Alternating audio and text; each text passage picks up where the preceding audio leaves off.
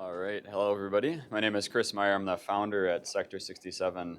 We're a hackerspace in Madison, Wisconsin, started in 2010. I'm here today to share what I hope is some helpful information for you all. I'm excited to see so many people here. I've got some ideas on hackerspace design pattern. I'm mainly looking to share some knowledge about where we started and how we got to where we are today with you all. Hopefully some interesting stories, perhaps a little bit of financial insight, and then ultimately some things not to do. So that way you don't have to learn from my mistakes. Where we are here in the US, we're in Madison, Wisconsin, so flyover territory. You guys have all flown over. Known for beer, cheese, and the Green Bay Packers, I think. It's probably covers most of the relevance for Wisconsin. Or north of Chicago. That's the other easy one that we use, so people know where we are. I always get asked where the name comes from. I was a UW student, and I went down to Argonne National Lab, which is down in Chicago. They have this advanced photon source. They essentially can make like an X-ray video camera with the thing. I was there while I was writing the business plan for the workshop, and I noticed that they had this ring-shaped building down at the bottom split into these wedges. Each wedge is a tangent point off of this accelerator, and it was called Sector and a number, and it sounded really cool. And writing a business plan, a name is just a name. And so I went to buy a website domain, and all of the single-digit domains were already bought. Somebody else owns, Sector 1 and Sector 5 and whatever. 67 was an arbitrary number. It was a number of members that were projected to be needed to be able to pay somebody a salary to run the space as well as keep the space in operation. And so arbitrary numbers for the win. Turns out it's really hard to say. Sector 67 is a bit of an alliteration. Stumbles up a lot of the news reporters, which is always fun. So who am I? I graduated from the University of Wisconsin-Madison in 2008 with a bachelor's of science in mechanical engineering. If you all remember, 2008 was a really bad time to be getting out of school, and hence I had an opportunity to pursue grad school. I wasn't really interested in diesel combustion, but I was really interested in vehicles and things with wheels, and so I thought I can deal with things with wheel or things that are burning stuff for 2 years to stick around for school, and hopefully the economy looks a little better in 2010. That's ultimately what I ended up doing. While I was a student, though, I had a friend of mine who came to me and said, hey, I'm really interested in this invention competition, but I need a partner. And I had seen this invention competition that our campus hosted and thought it was neat, but didn't feel like I was prepared to do that by myself. So this opportunity came along, was a great thing for me to pursue. Ultimately, it led to a whole student career of pursuing business plan competitions and various competitions on campus. So this was not my plan. I do want to make very clear on here, if you look the first year at the bottom of all these categories, I was always a competitor. Anybody know what a competitor is? A loser, right? I was a loser. I participated in these, I lost, didn't win anything, but most importantly, I circled back and did it again. So my point here with this slide is not that, I did all this great stuff and won a bunch of money. That is not the point. The point is I lost my ass the first time I did anything. And the only success was by doing it again and doing it again and doing it again. You'll also notice I never got first. I did consistently well, never first. So another life lesson, you don't have to get first. You just have to halfway try to do something and do decent enough. So the reason I bring this up is because I had done these contests and I won some money as a student. If I were smart, I would have taken my winnings and my student loans and smashed them together and then went out and got a real job and not be talking to you all today. Obviously, things did not go so well. I made bad choices. Here I am. So this is 2010, my last year at grad school. I had no good business plan ideas. The other thing I didn't tell you is that every year of this contest, someone else came to me with an idea and they said, hey, you want to be a partner, you want to work on this, you've done this before, can you help me out with it? This last year I didn't have any partners. My friends had kind of all graduated. I was like the last bastion, a grad student left. And I decided I would pitch a nonprofit business in a for-profit, like high-growth hockey stick model, venture capital business plan contest, because that's what they focused on. At least that was my perception. So I gave realistic financials like, we're not gonna make a lot of money, but we'll try and help people do stuff. And the main thing I was there to do was to gather real-life opinions from the business community and people that I respected, and to see what they felt about this. Did they think this was a good fit for Madison? Did they think it was a good idea? Did they think I was gonna fail miserably and lose all my money? Who knows? Ultimately, I told the judges that I needed $7,000 to buy the equipment to start the workshop and kind of go from there. That was way wrong, but that's not the point. They, of course, issued second place and gave me $7,000, which was kind of the punch in the face of all right, well, now you got the money, you're going to put your money where your mouth is and do this. this is what it looks like to be a student participating in a business plan competition. This gentleman on the right's name is John Nice. John Nice at the time was the responsible for the biggest venture capital investment firm in the state. So the university was bringing in like big, scary people to ask you hard questions, which was a really, really good experience. Gives you a lot of experience being able to talk to people like that and have them ask real questions about a real business. Ultimately, when I graduated, I had this money from the contest winnings. I interviewed at Google. They were doing at the time this renewable energy is greater than coal. They were trying to do a concentrated solar thermal installation in Arizona. To me, that was like really, really cool. And they had kind of like general opportunity open to do that. I interviewed, and then they sort of like changed what they were hiring for, and they wanted an embedded programming developer who had 10 years of software experience, which is not me.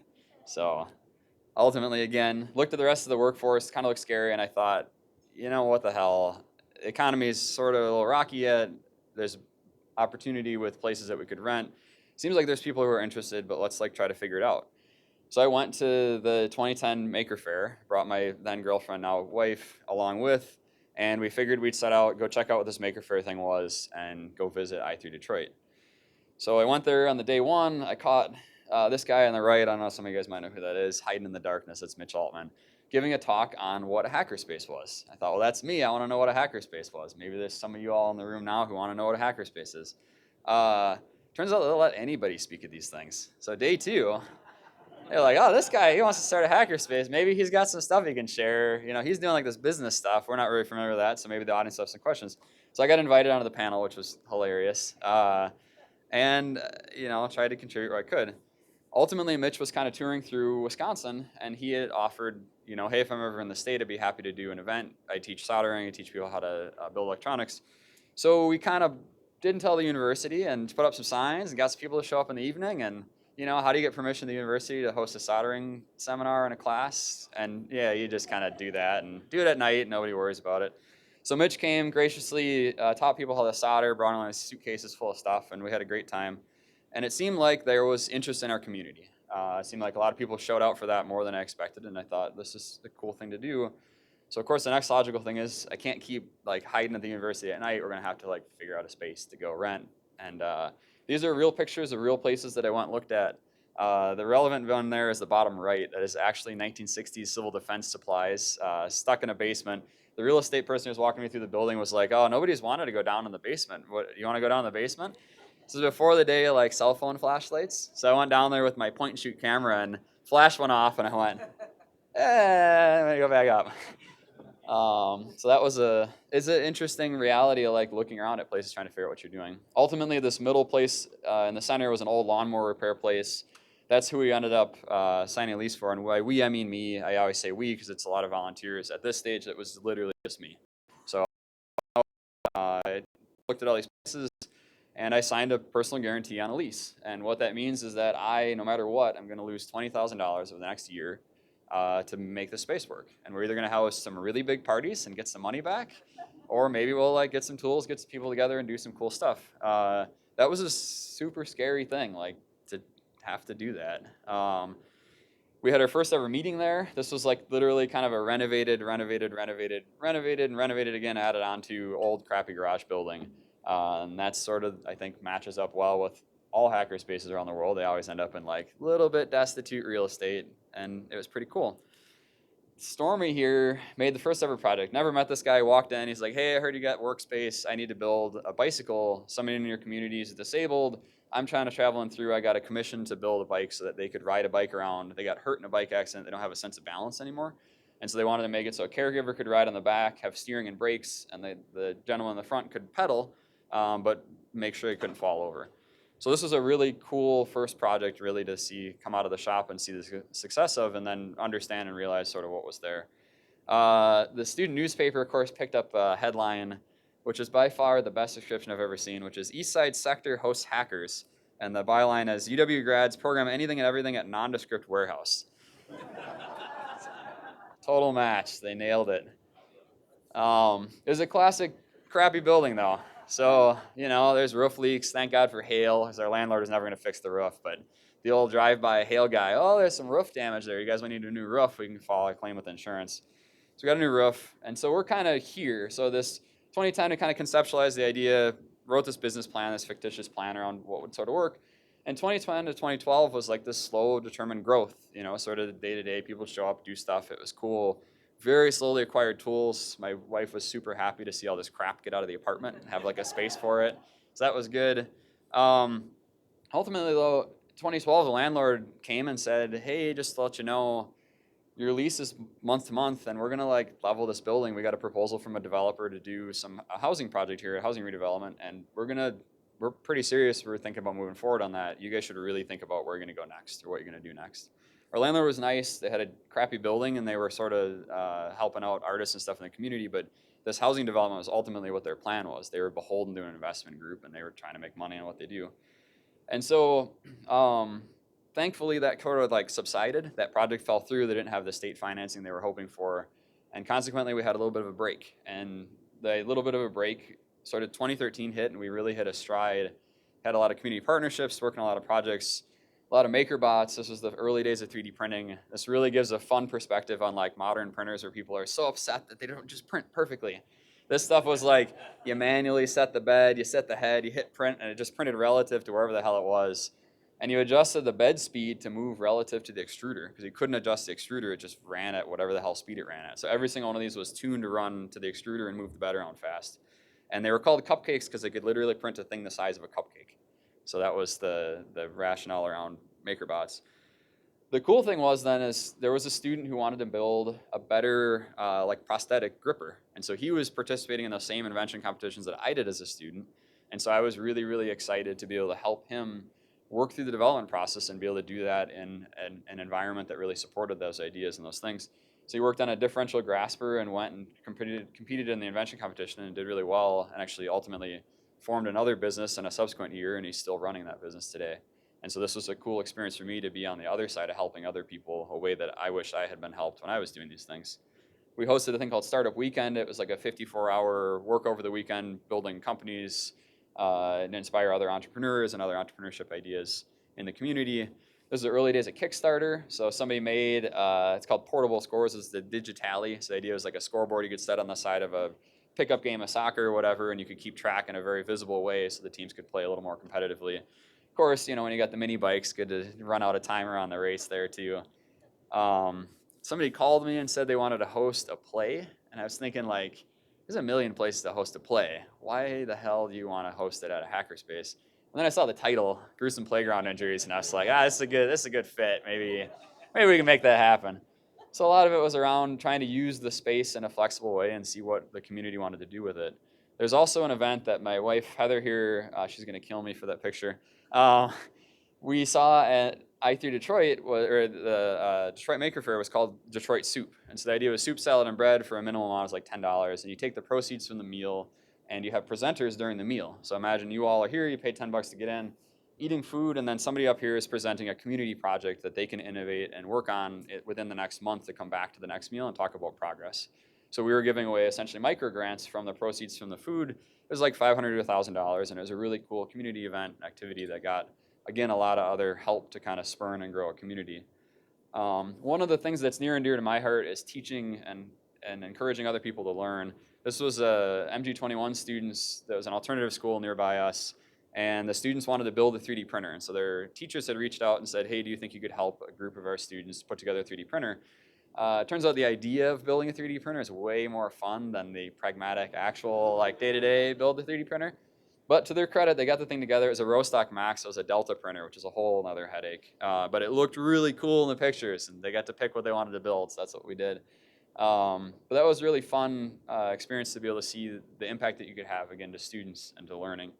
I got invited down to South by Southwest. So I gave a talk on hackerspaces down there, which was another cool engagement to be able to go across the country and see what's going on. And then, I don't know if anybody's familiar with this Power Wheels racing series. This is PPPRS, was around for a while. We were the 3-time reigning champions in kids electric vehicle racing, which was, no, trust me, no applause necessary or deserved. There was a $500 budget car racing contest, and the cars prior to our cars kind of went like 10 miles an hour, and you'd cruise around the track and like had plastic tires, and you'd skid around and look for moxie points. And unfortunately for the organizers, 3 of us were college students that built race cars, and myself included. So we like wanted to make the cars go fast. So they ended up going about 30, 35 miles an hour. And that was the point where they were like, yeah, the like one layer of hay bales isn't really enough. And so anyway, we had some fun doing that. The local press picked this up and was like, oh, we had this champion racer from the community. Wired magazine ran a story on it. And then also we got on the cover of Make magazine, much to the chagrin of poor Peter here, who was one of my, at the time, high school students, who was very shy. And so I got him to the bottom left. I got the only signed copy. But the point is balancing culture. So this is like a very public, very kind of out there thing. But the people at the shop, like I walked in one morning and this was the sign stuck to the door, was like, don't trust technology. We had an art contest at 11 p.m. and you told us to use up the paper. And so you get bonus points for serif fonts written at the bottom. So yeah, this is, I mean, it's hackerspaces, right? It's all kinds of crazy stuff. Ultimately, this picture here is a little bit hard to see, but the our city, this is kind of illustrating the problem with our city. Our city is built in an isthmus. So we've got the state capitol here, campus is here, and then there's a whole bunch of sort of state level, like university hospitals, all in this area south of campus. So from a hackerspace perspective, to try to stay relevant to people, you want to be as close to campus as you can. Unfortunately, land is gobbled up by people who have way more money than we do. And so this kind of in the back of my head, this inkling of like trying to find a permanent space to house this place had always been there. And so this was a high altitude balloon that we flew that happened to go right over the city, but it just gives us a really interesting perspective so you guys can understand. Like we're buttressed by these two lakes. It makes property expensive, and then nothing's gotten worse than property recently. So this was a hard thing to kind of come to terms with and figure out how to move forward with. So the next thing then is we had some attention. We had people who wanted to sort of take advantage of that attention in the community, but in the sense that this time was a partnership. So the idea was the entrepreneur community said, hey, you're doing really cool things, stuff that we don't understand, but we see that it's valuable to the community. We'd like to see like a tech hub get built. So would you guys be interested in us partnering with a tech hub to be able to try to make, we know you need a permanent home, so we'd been out in the community pushing that message, trying to see if we could scare up something that we could get into. So of course, classic marketers like, oh, we got to get a picture of the Capitol in the background and the run up to the Capitol in this isthmus and get you on the rooftop and take some pictures and do some marketing. And so this worked on for 3 years. So we had weekly meetings for 3 years trying to push the ball forward on building out like a community developed space that was entrepreneurial led and to try to push to having a permanent home. Our literal one condition was that we had to either condo the building so that we owned the space that we were in, or otherwise own the building outright. There was no way that we were going to be renting again, because the whole notion here is we want to move all this crap one time, not move it again, and then be good. So we got to kind of planning out a variety of buildings, toured through a lot of buildings, looked at a lot of stuff, and ultimately worked forward on this for a long time. 3 years into it, of course, anybody could see this coming, right? Except for me, working on it hard. The press, of course, got out their Photoshop skills, and the runner was ready to go, slipped on the banana peel. So it's hard to see down here at the bottom. It says, it's a quote from me. It says, we were very concerned about having a place to be because the amount of equipment we have makes it very hard to move. Resetting our business takes about 2 years. How wrong was I? 2 years, not nearly as long as it takes. Ultimately, the partners of this project had an opportunity to partner with American Family Insurance. American Family is headquartered in Madison. They saw this as like, oh, this would be cool. We want to build a building and we want to have some community buy-in in building this building. And so why don't we invite this entrepreneurship, product development? Turns out American Family, a lot of their money actually goes into an investment arm. They invest money into high growth startups. Big surprise. What do you think insurance companies do with the money that they're giving them? I made a handy Venn diagram here at the bottom. Hopefully it's easy enough to read. Not a lot of overlap, turns out, between insurance companies and hackerspaces. This is not a thing that they are super excited about. And so to me, looking at this opportunity for partnership made no sense at all. The opportunity was to rent from them, guarantee they were going to look at us and be like, there was like a kid in there with a saw. We can't have any of that. You're going to have to straighten this out right away. No chance. And so you could see the writing on the wall, like this was not going to work. And so we folded 3 years of work, said, never mind, we're going to figure it out on our own. We will move forward. We need to own the space. You need to know what we're doing. And you'll run into this if you get into developing these spaces. Again, there's nothing wrong with this as long as all the stakeholders were on the same page and we were ready to move forward on the terms that we could move forward on. But at that time, we had to also know, like, no, we're going to have to fold out of this. Of course, at the exact same time, our landlord's like, hey, we got a new development project. This is a 4-year kind of gap. We're really going to do it this time. Like, we got financing is way better, interest rates are better, everything looks better for us. You guys should figure this out again. We had a real estate agent who was chasing me for years. Annette, to her patience, understood that I was crazy and understood that I had terms that were like non-negotiable. And she gave me space to say, if I found a property, I could negotiate directly with the owner. But if she found the property, then she would get to be the agent in the middle and be the tenant representative and help us and support us through the process. And so she came to me and said, hey, I heard things aren't going great. I think I've got a property for you guys. It's not very far away. We should go take a look at it, and we should see if it's a fit or not. It turned out the people who owned it owned a lot of property in the area. They were very tied to the community, and they had heard about us and kind of didn't understand what we were doing, but thought it was cool. And so they were willing to sit down and talk to us. We were able to put forward a verbal offer. They gave us some nice terms on it. And the hard part then was you got to figure out how to pay for this thing. So it's one thing to like figure out where you can go and put a number on it. It's a whole other thing to actually scare up the money to put it together to move forward.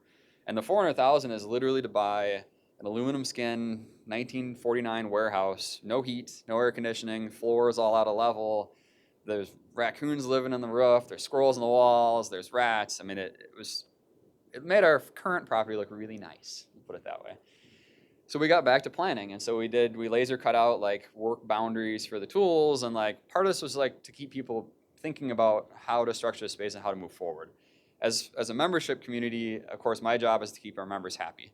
When they hear like, oh, we're moving into a shithole building with no heat, no air conditioning, and the guy running the show might be crazy, you got to do something to give people a productive outlet to like focus on and think about and conceptualize around. And so this was a really engaging, interesting activity. We made like a dozen of these layouts. This is not the layout that we did, and ultimately none of them were the layouts that we did. But it was a really provoking exercise to try to think about noisy, dirty stuff transitioning into clean, quiet space. Of course, the press was tracking all this because they had a ton of clicks on the like, oh, you know, this project fell apart and imploded. They always loved to run those stories. And so they wanted to be the first ones to pick up the scoop on like where were we going to. So this is the building we were looking at. It was a construction warehouse, storage warehouse, and we needed to fundraise to be able to get enough money to build this thing out. So the $400,000 was just to buy the land, buy the building. We estimated wrongly that it would take about $750,000 to build out the rest of the structure, get reasonable walls around it, get it insulated, get it heated, those kinds of things. Make a floor that's sort of flat. My lesson here is a trick for fundraising. Later on in the slides, I'll show you, I didn't earn any money from this project at all. This was like my job, right? Full-time job, like 80 hours a week kind of thing. I took no salary for 5 years doing this. I worked other jobs. I did consulting, I did contracting, all sorts of goofy stuff because I needed this project to like have legs and run and have a runway. And the notion that we were going to need to do a fundraising campaign at some point, by deferring a salary for a long time, I was able to get about $250,000 in the bank just in cash, knowing this was going to have to happen. And that allowed us to transition with the fundraising to be like, oh, we've got $300,000 towards a $750,000 goal. As you guys know from watching Kickstarters and other things, if you go out there and you have $0, no one except for like your grandma who loves you is going to give you $20, and that's going to be the end of it. If you can go out with a fundraising campaign and you can say, hey, I've got a bunch of money, we just need everybody else to chip in a little bit more, you'll be infinitely more successful. Ultimately, the other point down here is, you know, $3,000 is a lot of money, but it's not like an insurmountable, insane amount of money. So we had 118 people who gave us about $3,000 on average. The largest single donor was somebody who gave us $70,000. It was a friend of mine from college who had done a real startup from, again, meeting from these business plan contests. There were other people doing real businesses that made real money. Ultimately, they were able to sell, and they said, hey, you know, it was really fun working with you. I hear you're doing cool stuff in the city. I hear you're helping students. You're helping other people form and build businesses. I want to encourage that. And so ultimately, they said, we'll help out. That was the money that we needed to close on the building. We were short, and they were like, look, we'll help you out over the hump. Let's do this. We should have ripped the building down. This was halfway torn down. We were tearing all the old insulation, tearing all of like the poor framing, the drop ceiling that had been rained on for years. There was literally like a dead raccoon up here in the ceiling. It was a little rough. Poor raccoon. And I've been alluding to this the whole time. A little crazy. The deal is this building was landlocked. We had a telco on one side of us, 2 roads, and a railroad. So there's no way we were ever going to be able to expand our property. So the thought process was, rather than have a 10,000 square foot building today, we could have a 20,000 square foot space someday. If we could put together enough money to lift the roof up, add another floor now, and make that happen before we start renovating it. And again, we're working on like a limited timeline. Like our landlord is on our ass, so like, hey, 2017 is going to roll around quick. You guys better figure out what you're doing. End of this year, we're really thinking about doing this. And so I talked to some house moving companies. Chicago is actually famous for having moved like the entire downtown to put sewage underneath it. They built all the buildings as low as they could. Later on, sewers came out. Turned out people could like flush waste down the toilet, wanted it to go away instead of going the swamp underneath them. So they lifted up all the buildings in Chicago or moved them to put in all the sewer system. So our region is kind of known for like being able to do goofy, crazy things with really big things. So there's a house moving company that a family-owned business, which is how they get insurance. It's all family or owners, no employee insurance required. And let me get to this. Might work, might not. Let's see. Oh, gotta click over here. And then I gotta pull VLC over. Nope. There, we're on it. Hang on. And I got a cute video here of the building going up. So this is you riding on the roof of the building. And what they're doing is they've got these huge piles of timber, this all oak cribbing, and they've got a 1-foot hydraulic jack on top and then 2 independent jack systems. And the independent jack systems literally have a person on one side of the room and a person on the other side of the room, and they're watching each other. And they're adjusting the hydraulic flow to keep the building leveled as they go up. So they go up a foot, then you'll see them run up to the top of the column, throw these timbers in. These timbers are like 80, 90 pounds a piece.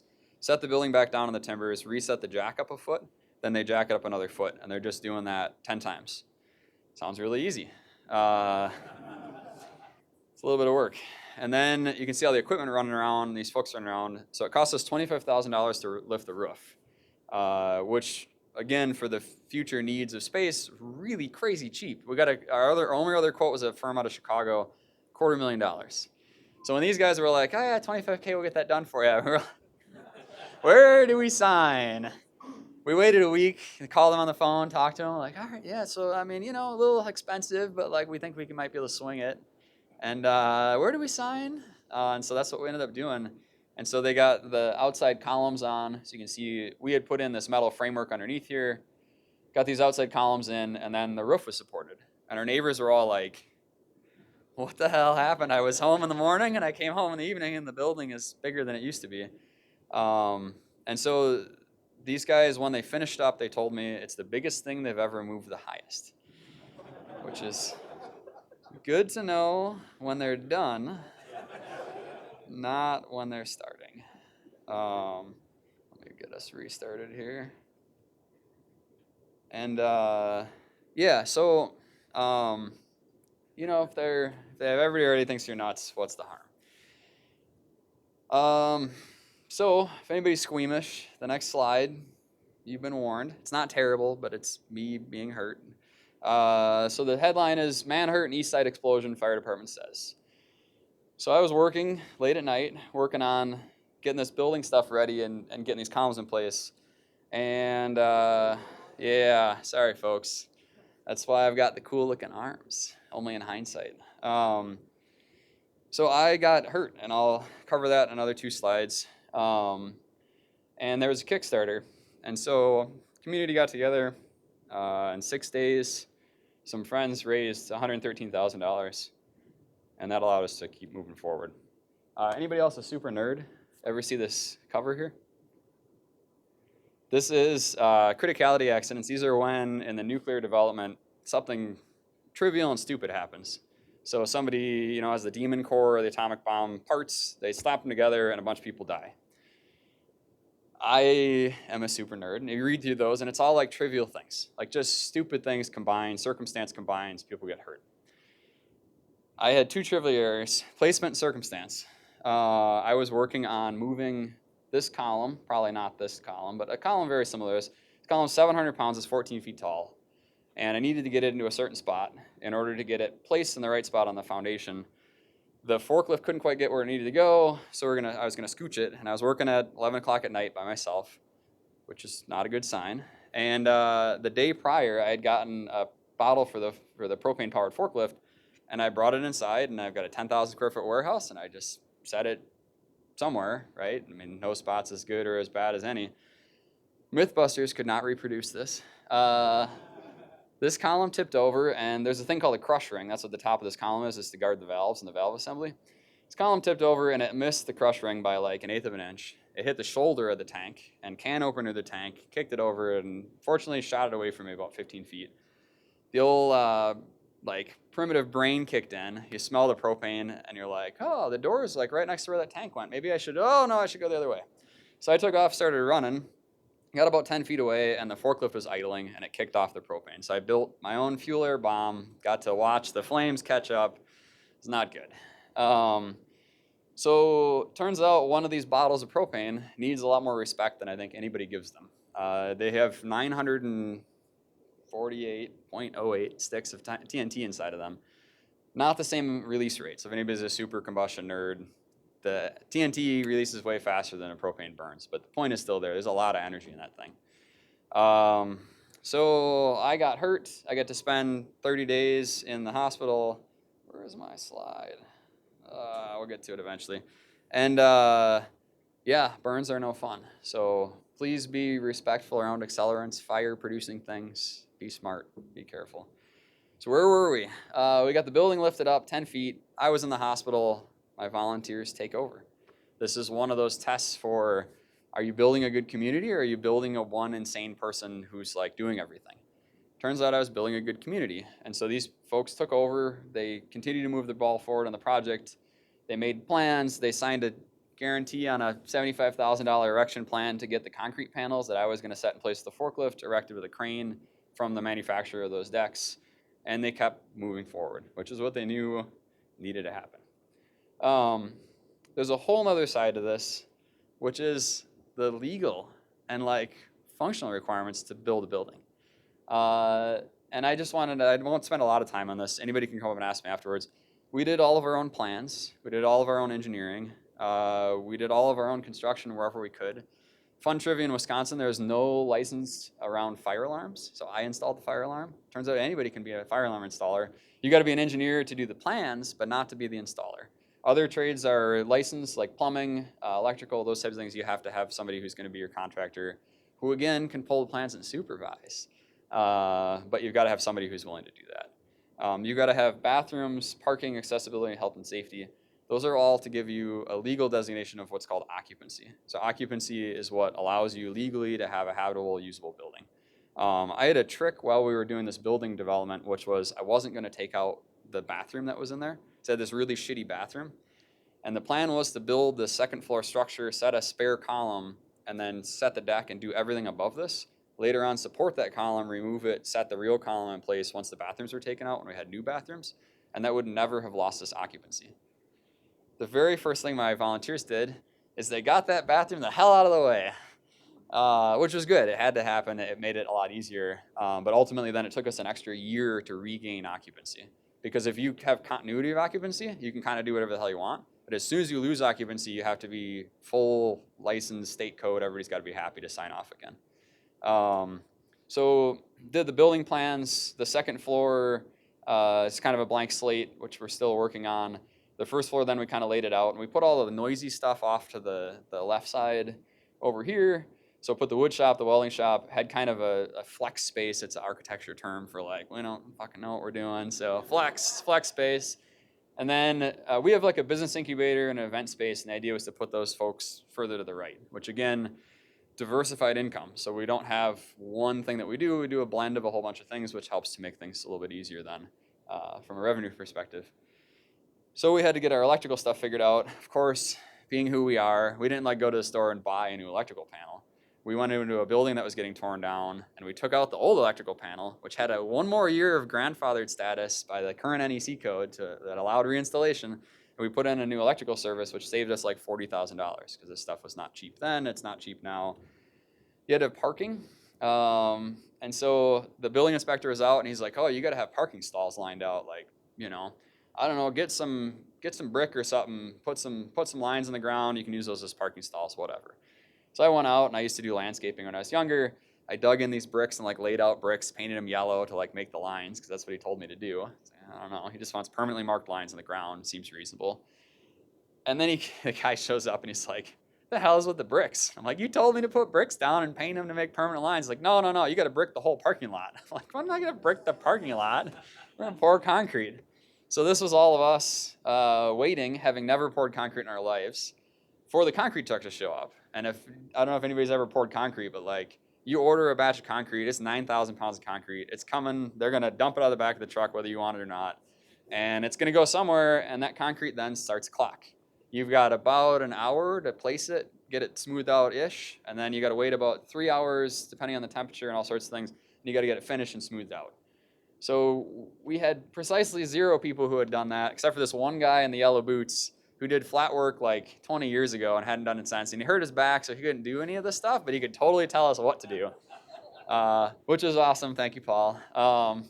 And this, we set a first footing, or a set of first kind of run, and it was 10 feet by 50 feet. And if it didn't work out, you have to get out the jackhammer and get rid of it because there's nothing else to do. Our first winter, so remember I showed you slides earlier, it was like October, we kind of started in on this stuff. We froze our ass off. It was like -10 out. The neighbors were bringing us tea, feeling terrible because we were all out there freezing to death, trying to get the insulation up because they couldn't pour concrete inside unless the building was insulated because the concrete's got to stay warm while it cures. It's got to stay warm for like a month. And yeah, so we were all trying to not die, getting that stuff done. We had to hire a contractor, so Findorf came in, their professional contracting construction firm, came in, they poured the concrete floor. Our floor varies from 13 inches thick to 1 inch thick, depending on what area of the building you're in. This original floor was like poured at some point in the last 50 years, and there's literally fingerprints from when they were pulling the concrete around, smoothing it out.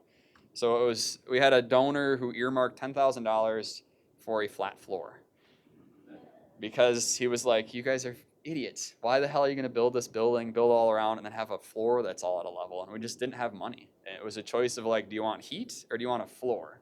We're like, well, we already kind of have a floor, so we're going to go with a heat thing for now. Maybe we'll do the floor thing later. So thank God for that. That worked out. Plumbing, of course, you have to have plumbing like as the saying goes, the shit runs downhill. And it turns out in Wisconsin, our frost line is like 4 feet down. And so the plumbing's got to come in 4 feet below the building. Well, if you want to run plumbing through a 160-foot long building, you're going to need all that pitch to get all the way 160 feet away. And so this was in January, the ground was frozen. So we had to get a torpedo heater, a bunch of insulation, stack it on top of where we knocked out the concrete, because the concrete you could break out, but the ground was like, it varied between mud when it melted, because it was frost, to like frozen. So we'd run this torpedo heater for like 6 hours. You'd get down about 6 inches of soil, dig it out, and then you'd put all the insulation on top of the thing and run the torpedo heater again. So like we literally fought tooth and nail for every tiny aspect of this property. Great way to learn plumbing, rip out old plumbing from an old building. The even better way to get toilets is to use the 50-year-old toilet that's been in a municipal building forever that was getting torn down, because if it survived that long, it'll survive just fine on our use case. Yeah, we were real excited to have a flush toilet again. We got rid of the porta-john that was outside for like a year and a half. And so this is a great picture kind of showing this transition. So we were insulating the building, working our way along, and then putting up siding, and just working our way progressively through it, and just kind of went a little bit at a time. So it took about a year to get from where it was lifted up and sort of the framing there, rip down the old siding, which was just like aluminum foil literally, and then get up steel framing framed, and then plywood on the outside.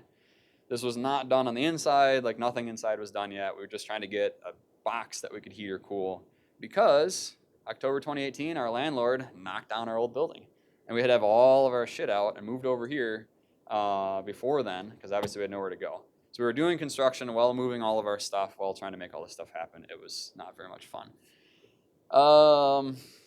Salvage. We did a lot of building salvage. Building stuff is really expensive. If you can repurpose or reuse old building stuff, it not only matches with the hacker ethos of saving stuff from the garbage, but also with the checkbook. We saved about $220,000 in junk that went into our building. And you'd think like, why the hell wouldn't everybody do this, right? Free stuff coming out of a building. This building's getting torn down all the time. Cool, just go get the stuff, and then, oh yeah, that's right, you got to store it till you need it. So our entire upstairs of our entire building, for a couple years was full of shit that we had taken out other places. Because the other hard part is you don't know what you need. You'll never ever think about it, but there are left-hand doors, there are right-hand doors, and there are double doors. And if you use the wrong door in the wrong spot, the whole room doesn't work. And so we had to get a whole bunch of doors. Then when you have volunteers go salvage the doors and the frames, there's a lot of goddamn door sizes. And you can't just like take the door and shove it in the wrong frame or it doesn't work. So this sucked. But it worked out. We saved a lot of money and reused stuff, but it's not as easy as it sounds.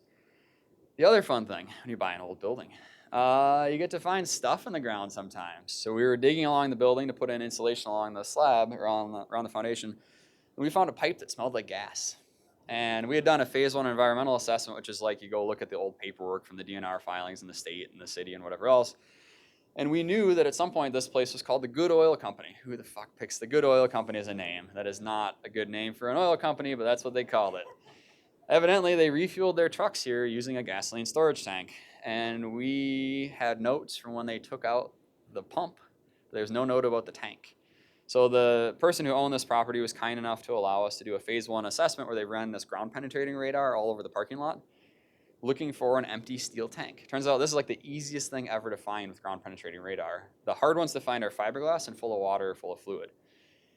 So they ran over the thing and said, oh no, nothing there. Everything's cool. You guys are good. The only thing I can think of is the detector wasn't plugged in, something wasn't working. It's really hard to test the thing because you need something buried underground to find. I have no idea.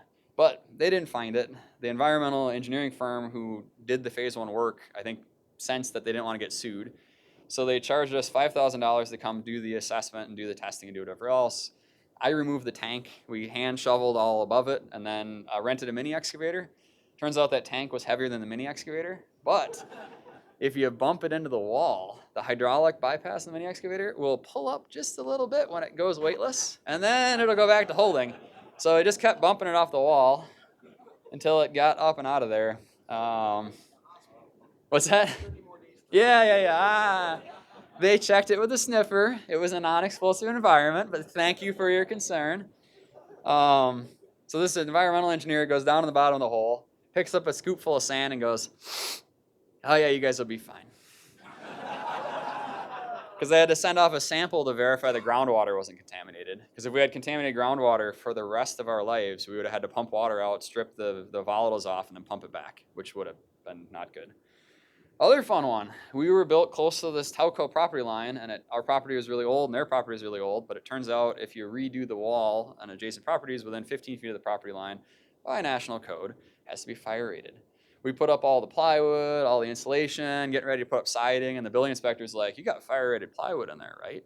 We're like, no, the plywood's underneath the drywall that's fire-rated, so it shouldn't matter, right? No, you got to rip all that down. This is a 32-foot wall by 60 feet wide, and my volunteers were tired. And so we had to take it all down and put it all back up again.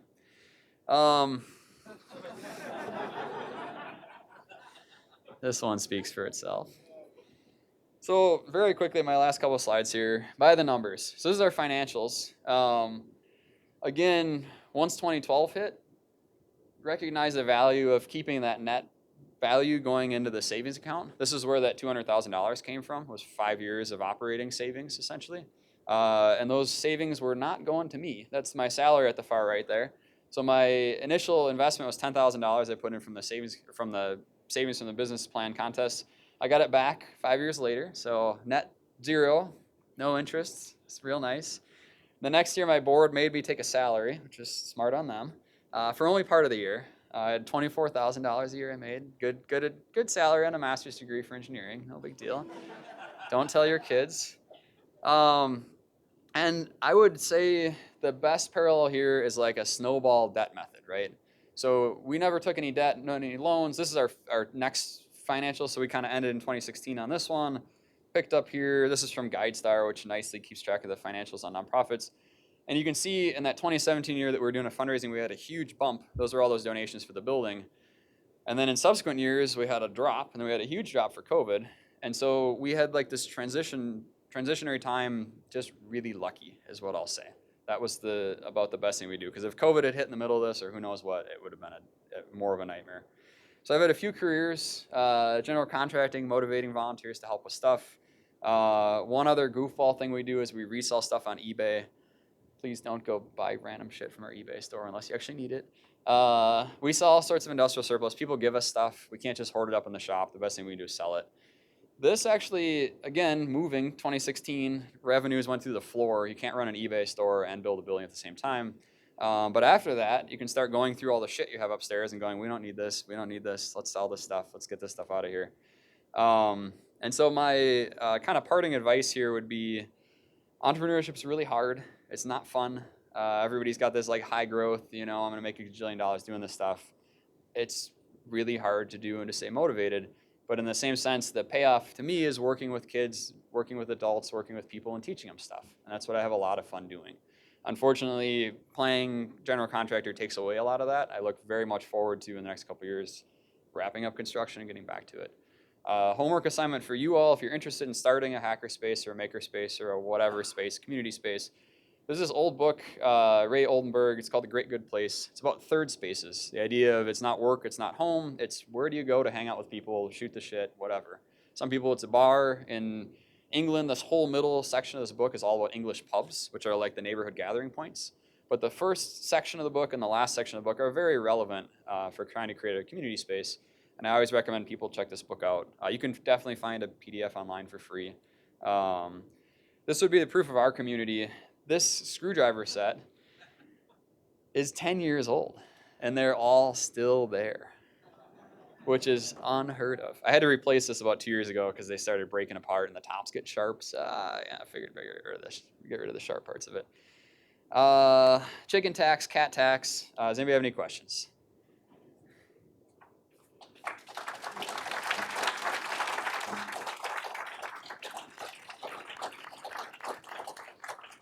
Yeah.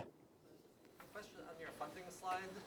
Looks like most of your funding is coming from like grants and donations. Do you have membership dues or anything like that? Or? So the question was just for the remote audience, where is our money coming from? The contribution slide is totally mislabeled. GuideStar bulks a bunch of weird categories and 990s together. The majority of our revenue comes from memberships. It's $100 a month. It's $50 for college students, $25 for high school kids. And then it's $200 to have your own 7 foot by 7 foot like shared office space. And that is the bulk of our income. eBay contributes actually a big chunk of it when we started doing the charitable resale program. And then that momentary blip in time when we were doing the building construction was the only time that we've been doing fundraising. So the majority of this is organic. It was savings from being stupid, not paying myself anything.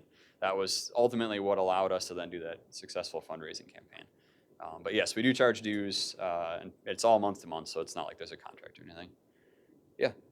So how do you deal with, so you've got a lot of tools that a lot of amateurs are using. I know my local hackerspace makes you watch videos and things for training, but has anybody ever gotten hurt, other than yourself, has anybody ever gotten hurt? And how do you deal with people using tools that they may or may not be qualified to use?